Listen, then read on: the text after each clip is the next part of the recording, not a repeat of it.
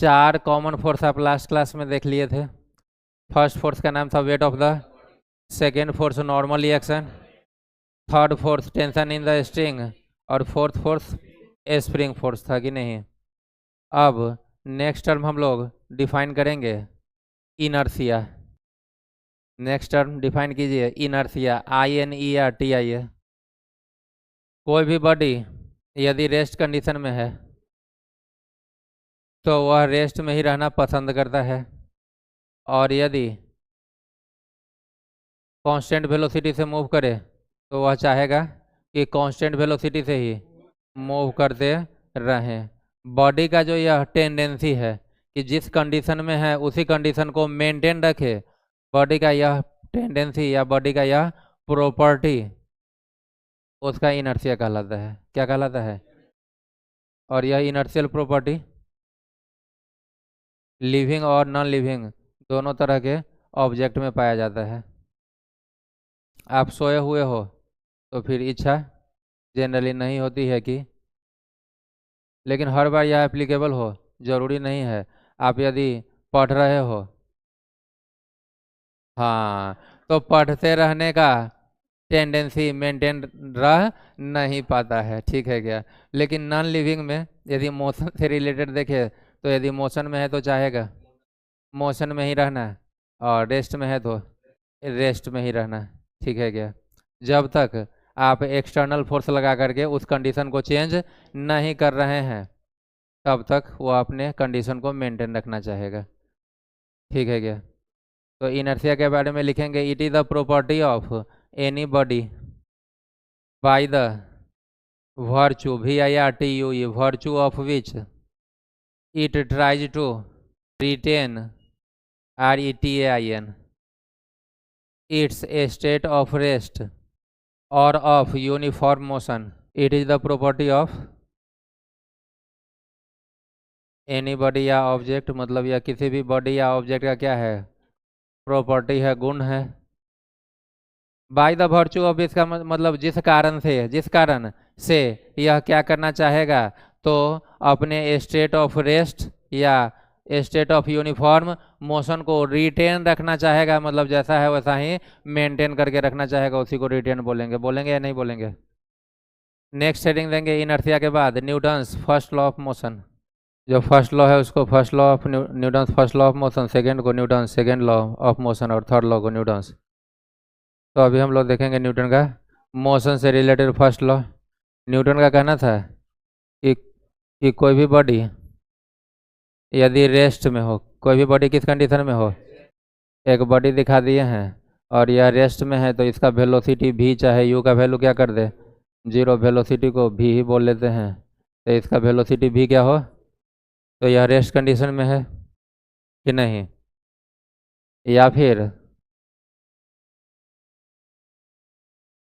Body का velocity भी जो है वह कांस्टेंट हो, भी है तो 0 हो, मतलब बॉडी रेस्ट में रहे, या फिर बॉडी क्या करे, कांस्टेंट वेलोसिटी से मूव करे। कांस्टेंट वेलोसिटी से दोनों ही केस में बॉडी पर लगने वाला नेट फोर्स 0 होगा, दोनों ही केस में बॉडी पर लगने वाला नेट फोर्स 0 होगा, ठीक है क्या। यहाँ तो आपके समझ में आ गया होगा कि यदि इस बॉडी पर नेट फोर्स क्या होगा, 0 होगा, तो बॉडी जिस कंडीशन में है उसी कंडीशन में पहले रेस्ट में था तो अभी भी क्या रहेगा, रेस्ट में रहेगा। यहाँ पे आपको लग रहा होगा कि भी तो कांस्टेंट है तो बॉडी पे कुछ नेट फोर्स होना चाहिए। हाँ, यदि वेलोसिटी कांस्टेंट है तो बॉडी का एक्सेलेरेशन क्या होगा, 0 होगा। और न्यूटन का सेकेंड लॉ ऑफ मोशन जब हम लोग पढ़ेंगे तो वहाँ से फोर्स का डिफिनीशन आएगा या फोर्स का फॉर्मूला आएगा F=ma, force equals to mass times acceleration या mass into acceleration. Velocity constant मतलब एक्सेलेरेशन का वैल्यू 0, और जब एक्सेलेरेशन 0 तो बॉडी पे लगने वाला नेट फोर्स भी क्या होगा, 0 होगा या नहीं होगा। और न्यूटन का सेकेंड लॉ ऑफ मोशन ऐसा है कि सेकेंड लॉ के हेल्प से आप फर्स्ट लॉ पे भी आ सकते हैं और थर्ड पे भी जा सकते हैं, इसलिए उसको बोलते हैं यूनिवर्सल लॉ। न्यूटन के सेकेंड लॉ ऑफ मोशन को क्या बोलते हैं, यूनिवर्सल लॉ। अभी हम लोग फर्स्ट लॉ पे हैं, तो इसको देखें। फर्स्ट लॉ में न्यूटन का कहना था कि कोई भी बॉडी यदि रेस्ट में हो या फिर क्या करे, कांस्टेंट वेलोसिटी से मूव करे, और कांस्टेंट वेलोसिटी से यदि मूवमेंट हो रहा है तो इस तरह के मोशन को बोलते हैं यूनिफॉर्म मोशन। क्या बोलते हैं? मोशन यूनिफॉर्म मतलब केवल और केवल वेलोसिटी कांस्टेंट, एक्सेलेरेशन बिल्कुल भी कांस्टेंट नहीं। एक्सेलेरेशन कांस्टेंट हो जाए तो वह motion uniform, non uniform motion हो जाएगा। ठीक है क्या? तो if the body is at rest और is moving with constant velocity in both the situation the net force acting on the body will be zero. समझ पाए क्या? फर्स्ट लॉ ऑफ मोशन का स्टेटमेंट लिखेंगे और याद भी रखेंगे कि यह दो कंडीशन के लिए अप्लाई हो सकता है। बॉडी जब रेस्ट में दिखे तो फर्स्ट लॉ अप्लाई होगा, और यदि कभी कांस्टेंट वेलोसिटी से भी मूव करता हुआ दिखे तो फर्स्ट लॉ अप्लाई करेंगे। क्या करेंगे? एक फ्री फॉलिंग बॉडी है उसके लिए हम लोग first law of motion use कर सकते हैं या नहीं? नहीं कर सकते हैं, क्योंकि यह तो डाउनवर्ड एक्सेलेट हो रहा है जी एक्सेलेशन से। फर्स्ट लॉ उसके लिए अप्लाई होगा जिसका वेलोसिटी क्या हो, कांस्टेंट हो। According to this law, if a body is at rest और is moving with constant velocity,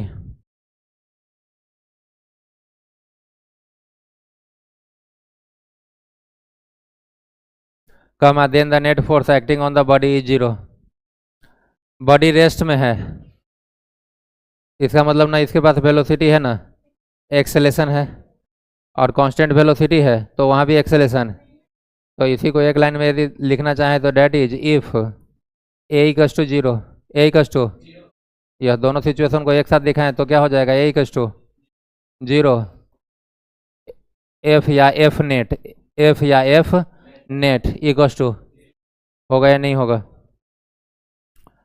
figure draw कीजिए और जो लिखा हुआ है डाल दे सकते हैं। अब फर्स्ट लॉ पर हम लोग फिलहाल के लिए दो एग्जाम्पल देखेंगे, बाकी फिर आगे देखा जाएगा। ठीक है? और यह जो दोनों एग्जाम्पल होगा बेसिक एक टाइप का एग्जाम्पल होगा। एग्जाम्पल नंबर फर्स्ट ज़्यादा कुछ है नहीं, एग्जाम्पल नंबर सेकेंड जो होगा वहाँ से एक कंसेप्ट निकल करके आएगा, उसको आपको आगे यूज कर लेना है। तो पहले इजी वाला देख लेते हैं। In the figure shown, question लिखिएगा in the figure shown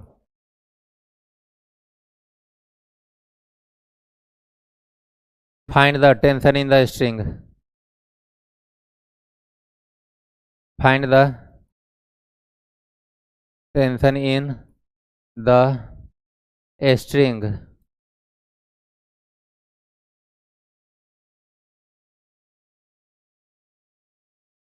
if the body is in equilibrium and the string is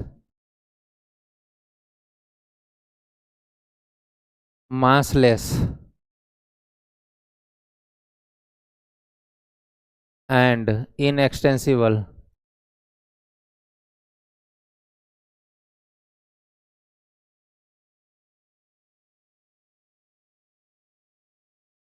inextensible, inextensible, inextensible।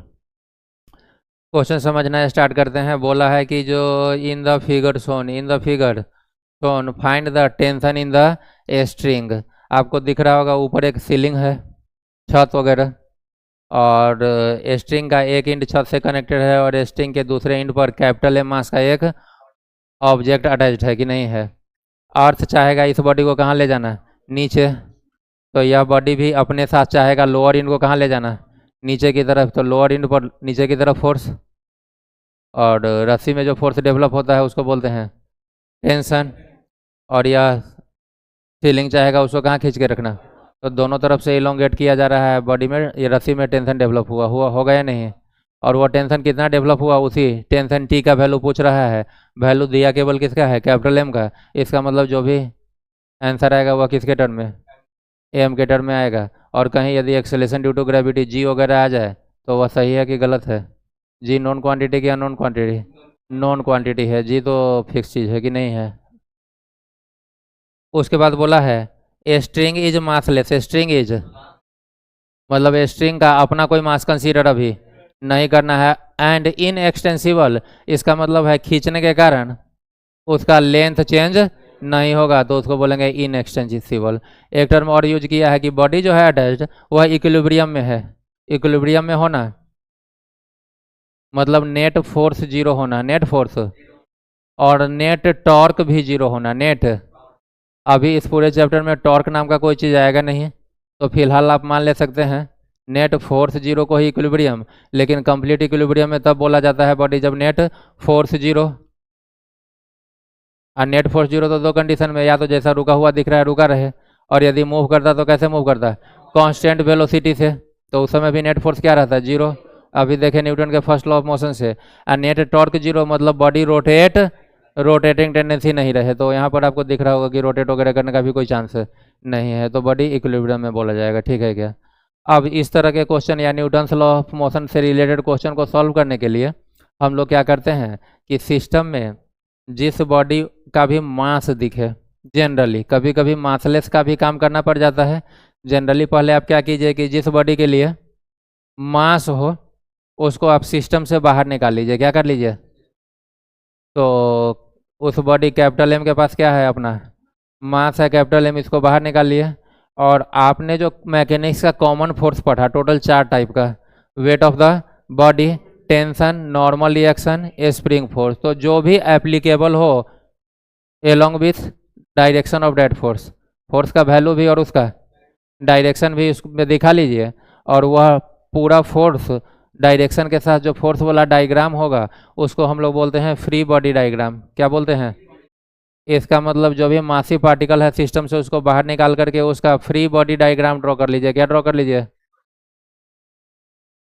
Free body diagram, जिसको आज के बाद शॉर्ट में बोलेंगे FBD, क्या बोलेंगे, FBD। तो सबसे पहले कैपिटल एम मास का क्या करना होगा, FBD ड्रॉ करना होगा। और जिस सीक्वेंस में आपने फोर्स पढ़ा है उसी सीक्वेंस में सोचना शुरू कीजिए।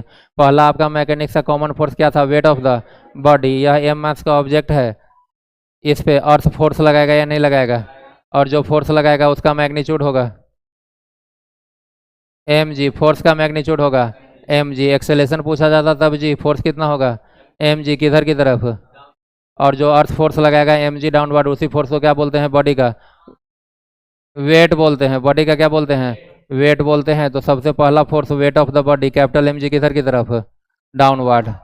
इस बॉडी के लिए रस्सी कहाँ दिख रहा है, ऊपर साइड की नीचे साइड, ऊपर साइड। तो यहाँ जो रस्सी है वह रस्सी कौन सा फोर्स लगाएगा,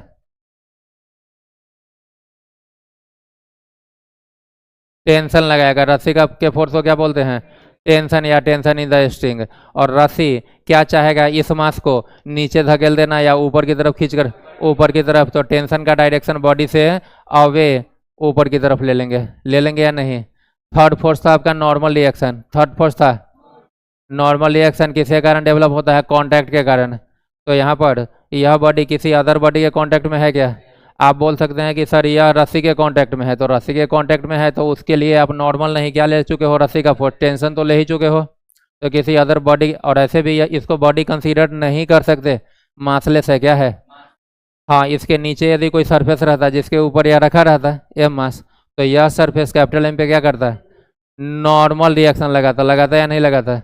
लेकिन अभी तो वह एयर में फ्रीली सस्पेंडेड है, तो कोई नॉर्मल वगैरह पूरे सिस्टम में कहीं स्प्रिंग नज़र आ रहा है क्या, तो स्प्रिंग फोर्स लगेगा क्या, तो केवल 2 फोर्स लगा, केवल। और आपके क्वेश्चन में बोला है कि पूरा बॉडी किस कंडीशन में है, इक्विलिब्रियम में होने का क्या मतलब, net force zero, net force zero.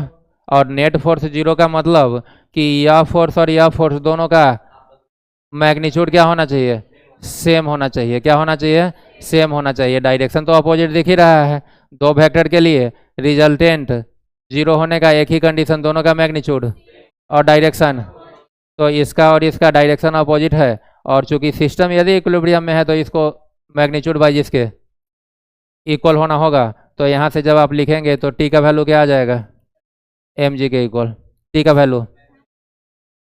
तो जो टेंशन पूछा था वह कैपिटल एम और कैपिटल जी के टर्म में आ गया कि रस्सी में टेंशन कितना होगा, mg के बराबर, हो गया नहीं होगा।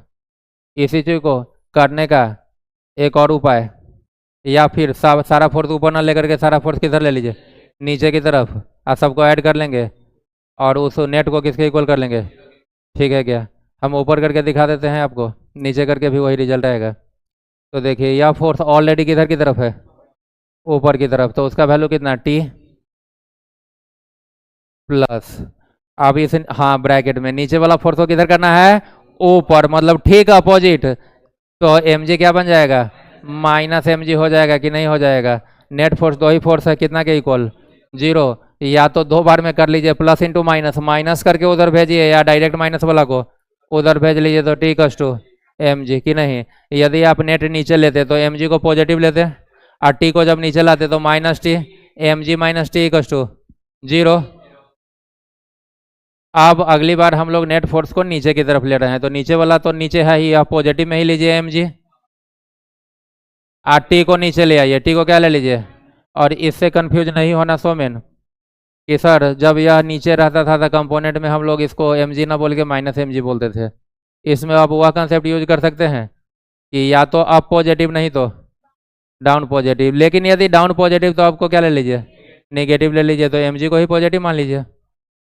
तो यह बेचारा टी बोला नीचे आएगा तो माइनस टी, तो M G minus T equals to zero, यहाँ से भी T equals to M G आएगा या नहीं आएगा, समझ गए क्या। यह चूंकि लंबा दिखता है इसलिए सीधा नेट जीरो, या तो नेट ही जीरो किए हो ना भाई, और यह भी क्या किए हो, नेट जीरो ही किए हो, ऊपर वाला नीचे वाला का मतलब दोनों का जो सम होगा वह जीरो होगा, होगा या नहीं होगा, नोट कीजिए।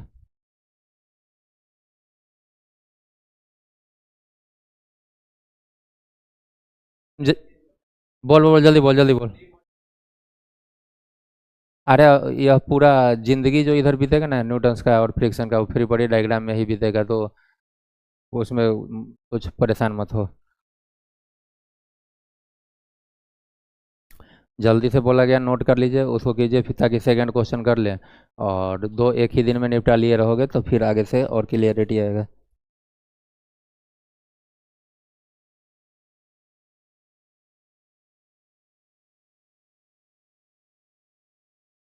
हो गया क्या, नेक्स्ट क्वेश्चन लिखिए। यही इन the figure shown find the tension in the string, string तक लिखिए जल्दी से। इन the figure shown find the tension in the string, रस्सी का दो टाइप का रस्सी दिख रहा होगा, यहाँ से लेके यहाँ तक ये रस्सी का कोई मास, लेकिन ए पॉइंट के बिलो जो रस्सी है उसका मास कितना है, स्मॉल एम है, तो रस्सी दो तो टेंशन भी दो आ जाएगा, दोनों अलग अलग टाइप का टेंशन होगा, होगा या नहीं होगा। इत्मीनान से समझिएगा, यहीं से कंसेप्ट निकल करके आएगा जिसका डायरेक्ट यूज आगे के क्वेश्चंस में करेंगे। तो सबसे पहला पार्ट के लिए आपको बोला है कहाँ पे, ए पॉइंट के लिए, कहाँ के लिए, ए पॉइंट का टेंशन। तो यदि हम सॉल्व करना शुरू करें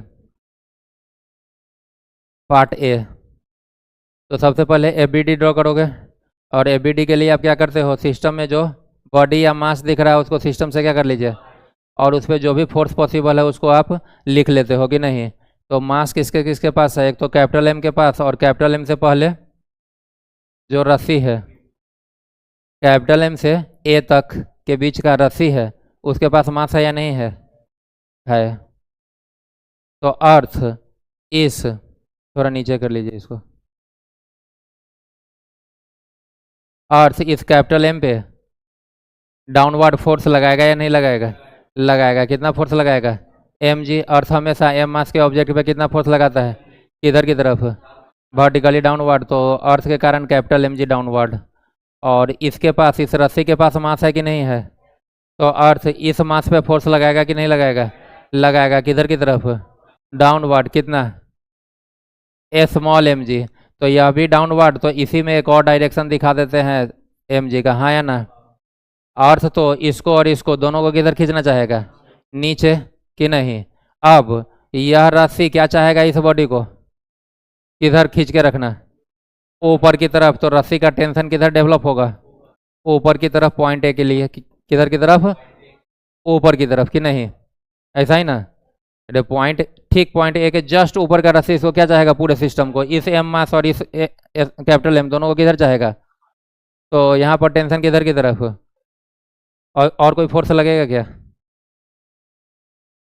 इस दो फोर्स के अलावा जो मैकेनिक्स का चार कॉमन फोर्स पढ़े हो उसमें से कोई फोर्स लगेगा क्या, नहीं लगेगा, कोई भी कॉन्टैक्ट सरफेस, तो नॉर्मल रिएक्शन की बात नहीं है, स्प्रिंग नहीं है तो स्प्रिंग फोर्स नहीं, ठीक है क्या। यह जो डायग्राम हुआ इसी को फ्री बॉडी डायग्राम या बीडी बोलते हैं कि नहीं। सिस्टम किस कंडीशन में है, एक्सेलेरेशन में कि इक्विलिब्रियम में, इक्विलिब्रियम में। तो न्यूटन का कौन सा law, first law, first law के हिसाब से यह ऊपर वाला फोर्स किसके इक्वल, नीचे वाले के। नीचे में कितना फोर्स है, 2 फोर्स, तो नीचे में नेट कितना है, नीचे में नेट कितना है, M G, capital M G plus, क्योंकि दोनों सेम ही डायरेक्शन में है तो हम केवल नीचे कर रहे हैं, केवल। तो नीचे में टोटल कितना है, M G plus M G, और ऊपर में टोटल कितना टी। तो ऊपर वाला टोटल नीचे वाले, ऊपर तो एक ही है, तो ऊपर वाला किसके इक्वल, नीचे के। तो टेंशन कैपिटल एम जी के इक्वल नहीं, टेंशन स्मॉल एम जी के भी दोनों के सम के इक्वल, इस दोनों के सम के इक्वल। या फर्स्ट लॉ के हिसाब से चलिए तो टेंशन को पॉजिटिव मानिए प्लस, इस को निगेटिव, इसको भी निगेटिव, तो प्लस दे करके दोनों निगेटिव को ब्रैकेट में, या दोनों निगेटिव उस साइड जा करके पॉजिटिव हो जाएगा। तो टेंशन कितना के इक्वल होना होगा, T equal to capital M G plus small M G, G common ले लेंगे तो capital M plus small M होगा या नहीं होगा, समझ गए क्या। यह टेंशन कहाँ का निकला। अब हम लोग एक कहाँ आ जाए, नीचे आ जाए, एक कहाँ आ जाए, नीचे आ जाए। बी सेक्शन में हम लोग ए पॉइंट के यदि नीचे आ जाए तो ए पॉइंट के नीचे अब केवल कैपिटल एम मास लेंगे। कौन सा मास लेंगे, कैपिटल एम मास लेंगे, और कैपिटल एम के लिए एम जी लिखेंगे, कैपिटल एम के लिए। और ऊपर जो था वह अब ऊपर ना दिखा करके यहाँ कहीं क्या दिखा लेते हैं, टेंशन ए पॉइंट के नीचे। और वह टेंशन इसको कहाँ खींच के रखना चाहेगा। इस केस में यदि आप इक्विलिब्रियम लगाइए तो टेंशन किसके इक्वल, कैपिटल एम जी के, किसके इक्वल। बात समझ गए क्या। यहाँ से क्या क्या कंसेप्ट निकल करके आया समझिए जरा। यहाँ से यहाँ तक इनिशियली कभी एक जैसा रस्सी था, इनिशियली मान लेते हैं बहुत पहले, और बीच सेक्शन में कुछ मास घुस गया, बीच सेक्शन में कुछ, तो यहाँ का और इसके नीचे का टेंशन सेम की अलग अलग, अलग अलग। यहाँ पर ए के नीचे अब 2 मास, तो tension G capital M plus small M. लेकिन जैसे ही इसके नीचे के एरिया में आ जाए तो इसके नीचे अब केवल 1 मास, तो टेंशन अब केवल कैपिटल एम जी, टेंशन अब केवल। एक काम करते हैं, इस ए पॉइंट के लिए ही काम करें और इस स्मॉल एम के वैल्यू को 0 पुट कर ले। क्या पुट कर ले, 0 पुट करते ही अब ऊपर से लेके यहाँ तक सेम रस्सी की अलग अलग, सेम रस्सी। जैसे ही यहाँ m0 पुट कीजिएगा तो ए का टेंशन कितना, कैपिटल एम जी, ए के नीचे कैपिटल एम जी ही। इसका मतलब है कि ऊपर और नीचे एक जैसा रस्सी हो जाए तो ऊपर और नीचे दोनों का टेंशन भी एक जैसा हो जाएगा। तो कोई भी एक यूनिफॉर्म एक जैसा रोप या स्ट्रिंग हो और इसको इलोंगेट किया जाए तो दोनों तरफ का टेंशन, लेकिन बीच में मास हो जाए तो एक साइड का टेंशन कुछ और दूसरे साइड का टेंशन होगा या नहीं होगा। नेक्स्ट एग्जांपल से इसी को जल्दी से समझ लेते हैं। यह बॉडी ए है और यह बॉडी बी है। यहाँ से यहाँ तक एक टाइप का रस्सी की अलग अलग टाइप का, एक टाइप का रस्सी। यदि इस पे आप फोर्स लगा दीजिए इधर की तरफ तो यह बॉडी किधर जाना चाहेगा, तो यह रस्सी के इस एंड को किधर खींचना चाहेगा, राइट। यह अपने इनर्शियल प्रॉपर्टी के कारण आगे बढ़ना नहीं चाहेगा, तो यह रस्सी के इस एंड को किधर खींच के रखना चाहेगा, लेफ्ट। तो यदि बॉडी ए के राइट वाला रस्सी पे देखिए, बॉडी ए के, तो टेंशन किधर की तरफ, ए से अवे राइट की तरफ कि नहीं। यह चाह रहा है इसको इधर खींचना, तो बदले में यह स्ट्रिंग क्या चाहेगा, इसको अपनी तरफ कि नहीं चाहेगा।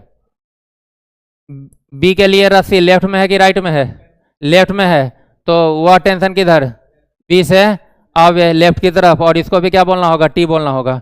यह ए के स्ट्रिंग है तो ए के राइट या बी के लेफ्ट, ए के राइट या बी के लेफ्ट, दोनों जगह टेंशन का मैग्नीट्यूड क्या आएगा, सेम आएगा। एक जगह टी बोले तो दूसरा जगह भी, इसको T1 बोले रहते तो इसको T1 ही बोलते हैं, क्योंकि सेम है, दोनों क्या है, सेम है। ए हो जाए, बी हो जाए और सी हो जाए। ए बी और सी सबका अपना कुछ मास है। किसी एक को खींचिए इधर, ए पे टेंशन किधर की तरफ, राइट की तरफ, बी के लेफ्ट की तरफ।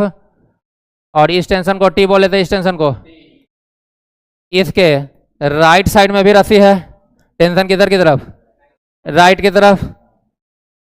और इसके लेफ्ट साइड में रस्सी है, उधर टेंशन। इस दोनों ए और बी के बीच के रस्सी के टेंशन को टी बोले हैं, तो बी और सी वाला टेंशन टी होगा या नहीं होगा? बिल्कुल नहीं होगा, क्योंकि यहां से यहां तक जो रस्सी था उसके बीच में क्या हो गया है? एक ऑब्जेक्ट आ गया है। यदि यह मास ना रहता या ऐसा रहता तो यहां से यहां तक सब जगह टेंशन क्या रहता है? सेम रहता है। जैसे ही रस्सी के बीच में क्या घुस जाए? मास घुस जाए, तो इधर का टेंशन कुछ और उधर का टेंशन, तो इसको भी टी डैश बोल लीजिए और इसको क्या बोलना होगा? टी डैश, क्योंकि या तो फिर एक रस्सी। समझ में आ गई होगी बात? कोई समस्या?